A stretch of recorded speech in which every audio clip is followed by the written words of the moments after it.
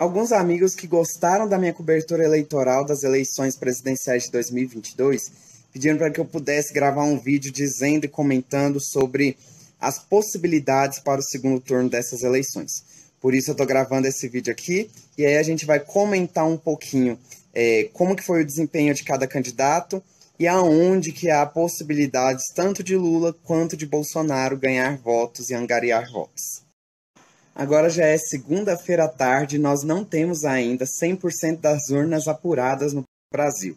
É lógico que isso deve também, ao atraso na votação, onde existiram pessoas votando até às 19 horas, e além disso também por conta das trocas de urnas eletrônicas por urnas de papel em algumas sessões onde houve defeitos das urnas, né? Mas a gente sabe de uma coisa, nós teremos segundo turno no Brasil e esse segundo turno se dará entre os candidatos Lula, que teve 48% dos votos, e Jair Messias Bolsonaro, que teve 43% dos votos da eleição.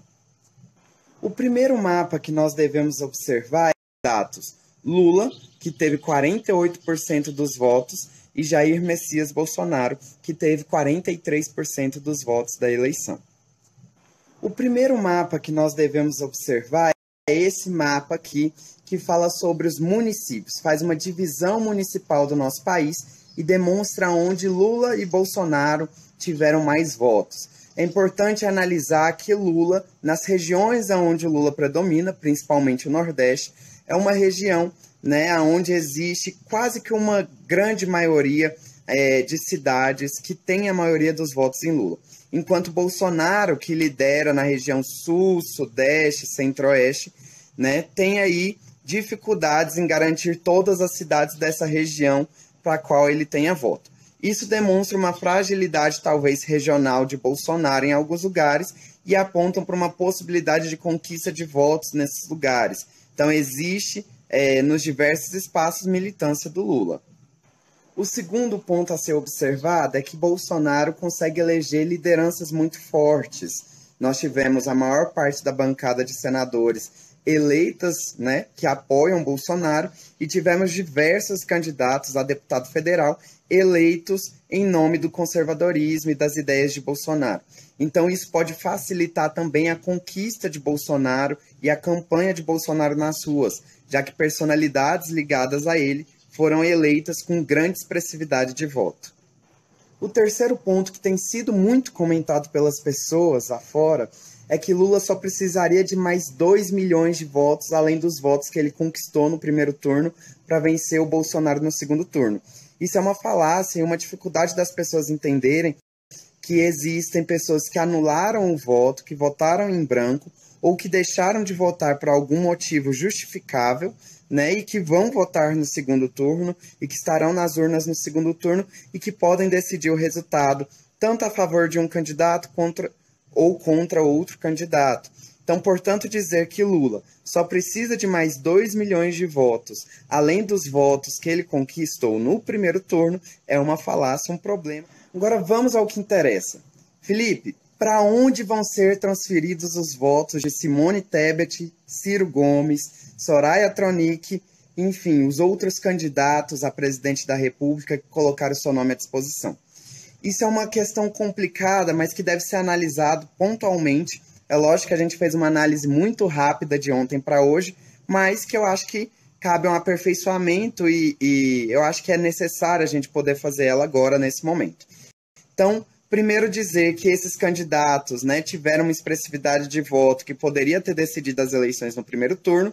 Então nós temos votos, Simone Tebet e Ciro Gomes somando 7% dos votos, que se fossem depositados totalmente a favor de Lula ou totalmente a favor de Bolsonaro, decidiria o primeiro turno das eleições nesse momento. Uma preocupação muito grande que as pessoas estão tendo desde ontem é que após a fala de Ciro Gomes, candidato presidenciável do PDT, após o resultado das eleições, ficou parecendo que o apoio ao Lula ainda é algo pensado, Então, lulistas se preocuparam com isso. Ciro acaba ali de, abre aspas, eu tô vendo aqui pelas postagens dos colegas, o Ciro Gomes diz que está preocupado com o que está vendo no Brasil e que vai decidir nas próximas horas o que vai fazer.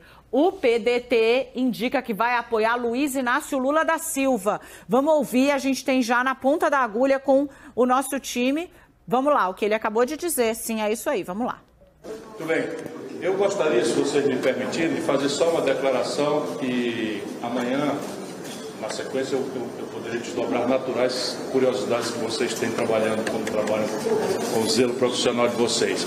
Eu quero, se me permitirem, agradecer do fundo do coração aos brasileiros e brasileiras que, em todos os rincões do Brasil, deram a mim o seu voto, apesar de tudo que aconteceu. Quero dizer a vocês que eu estou profundamente preocupado com o que eu estou assistindo acontecer no Brasil. Como vocês sabem, eu vou inteirar 65 anos de vida e tenho 42 deles dedicados ao amor, à minha paixão ao Brasil. Eu nunca vi uma situação tão complexa, tão desafiadora, tão potencialmente ameaçadora sobre a nossa sorte como nação.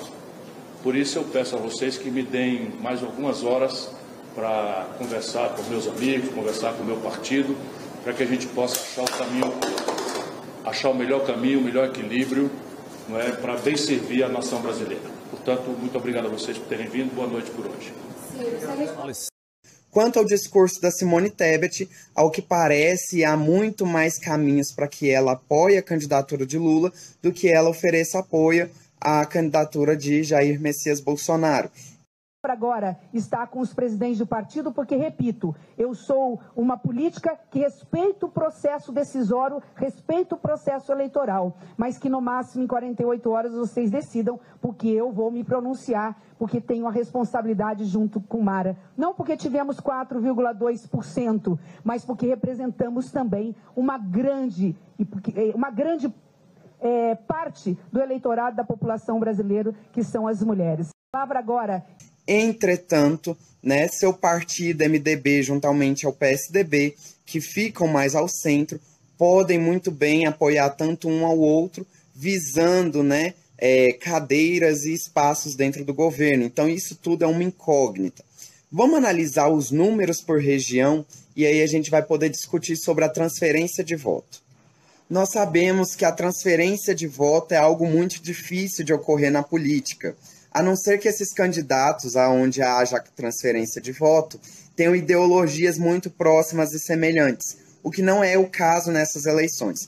Ambos os candidatos, Simone Tebet e Ciro Gomes, acabaram trazendo para essas eleições um discurso onde atacava tanto gregos, tanto troianos, né? Ou seja, tanto Bolsonaro quanto Lula. Então isso causa um pouco mais de dificuldade ao seu eleitorado, nesse momento, de ter uma adesão quanto ao Lula, quanto ao Bolsonaro. Entretanto, a gente precisa salientar que pessoas que não votaram nem em Lula, nem em Bolsonaro, são pessoas que estão inconformadas com os dois tipos de governo e com o que foi feito durante os dois governos. Essas pessoas elas podem seguir alguns rumos. O primeiro deles é anular o voto. Talvez seja o que a maior parte das pessoas que votaram em Simone Tebet ou em Ciro Gomes faça. Ou então se abster de ir às urnas, o que é uma preocupação para a democracia brasileira. Pode haver também pessoas que vão creditar o seu voto a Lula, como também pessoas que vão creditar seu voto ao Bolsonaro. Acredito que a primeira opção, pessoas que acreditem seu voto a Lula, seja muito maior do que a opção de pessoas que acreditam voto ao Bolsonaro. A gente precisa analisar agora o principal colégio onde existem votos a serem resgatados por esses candidatos, que é a cidade de São Paulo. Em São Paulo, quase 1 milhão dos eleitores não votaram nem em Lula, nem em Bolsonaro. Ou seja, votaram nos demais candidatos que estavam concorrendo à presidência da República. Esse é um número expressivo para a cidade de São Paulo e que esse eleitorado deve ser buscado principalmente pelo candidato Jair Messias Bolsonaro e Luiz Inácio Lula da Silva. Até porque a disputa de governo do estado que irá para o segundo turno será entre dois candidatos que estão apoiando os presidenciáveis, o que facilita o palanque no estado de São Paulo. Talvez esse colégio eleitoral conservador possa ser decisivo para as eleições presidenciais de 2022. Fiquemos